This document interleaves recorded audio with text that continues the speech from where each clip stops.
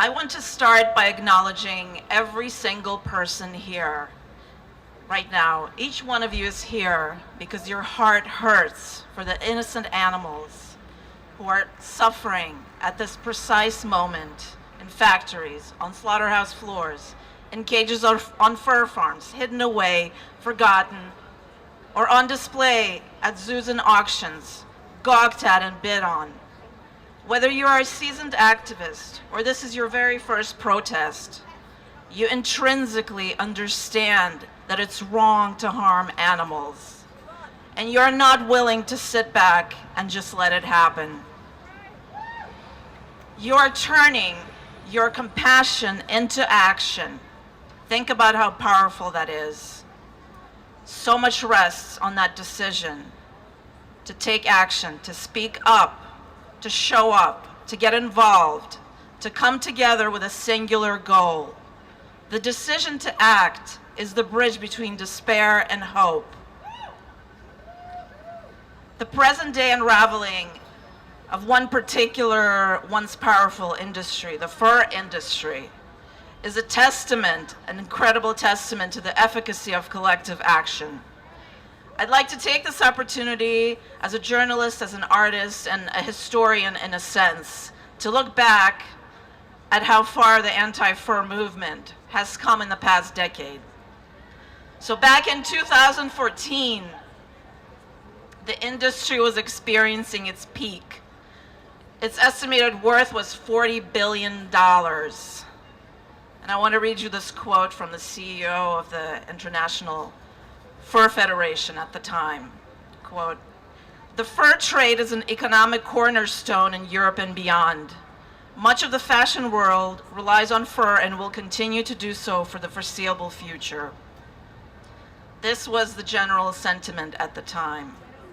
The following year, that same CEO would defend Russian fur farms for using incredibly cruel gas that rendered foxes paralyzed but fully conscious during the skinning process. By the winter of 2015, fur trim was everywhere. Sales of Canada Goose were exploding. There were lines outside of their stores. Luxury designers were parading fur down their catwalks. Everybody from Versace, Gucci, Prada, Balenciaga, Givenchy. Fur was being unapologetically featured on the pages of, magazines like Vogue and Elle, and filled the racks at department stores like Bloomingdale's and Nordstrom. It was a pretty daunting landscape. But this is where we are today, in 2022. All but 7 of the top 25 fashion houses have enacted bans on fur. Okay? That's more than 2/3. Kering, the world's second largest luxury fashion conglomerate, has gone entirely fur-free with its fleet of 12 brands that includes Saint Laurent and Balenciaga and the aforementioned Gucci.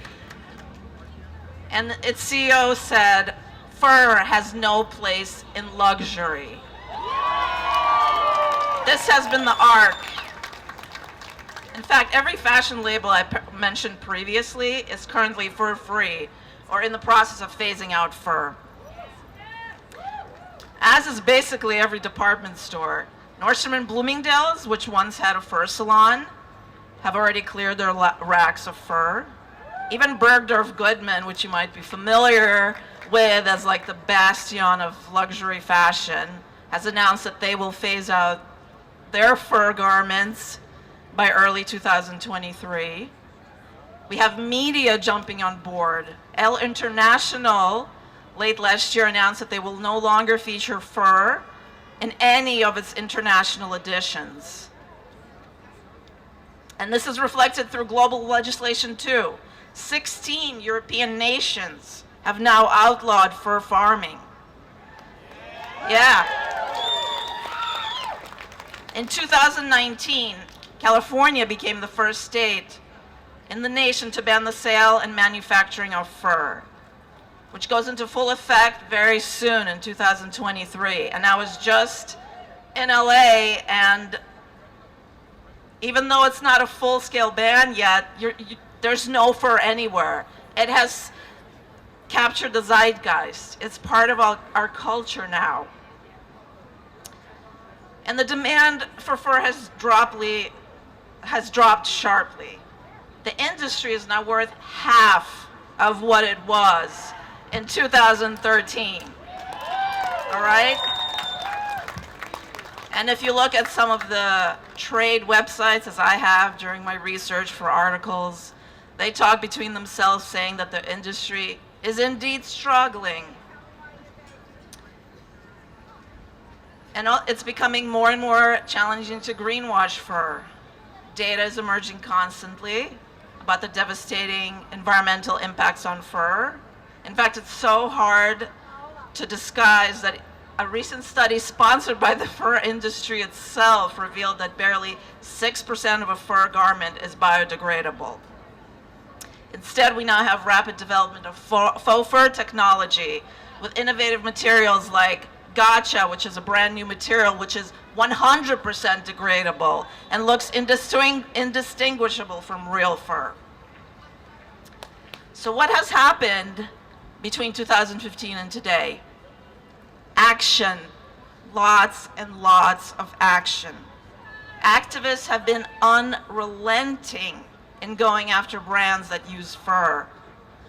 There have been disruptions at events, at high-profile events like a Michael Kors event at the Metropolitan Museum of Art in 2017. And he banned fur not long after.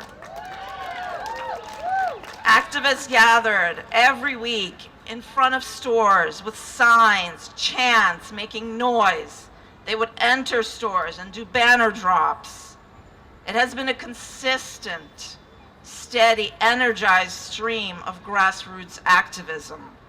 And behind the scenes, organizations like PETA and the Fur Free Alliance were putting skilled pressure on designers and retailers, conducting negotiations to drop fur. There have been countless campaigns, street art being put up, stickers printed, major press garnered, articles published. And as one designer after another dropped fur, the tidal wave of activism only got bigger. But the fur industry is still here. It's still going. Wild animals are still in cages barely big enough for their bodies, their paws digging into wire day after day, living in their own excrement, denied every natural instinct, their spirits completely crushed.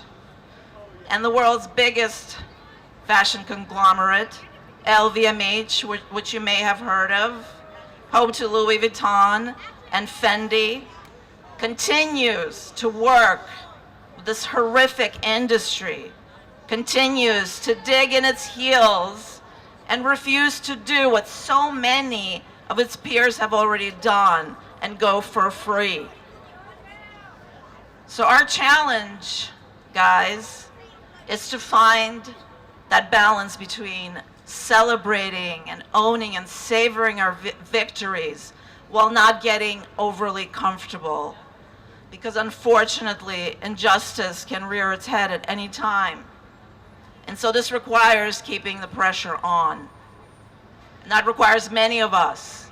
And a lot of the activists here have been doing this over and over and over again. And we all know the mental toll of animal rights activism sometimes and being constantly exposed to images of animal suffering.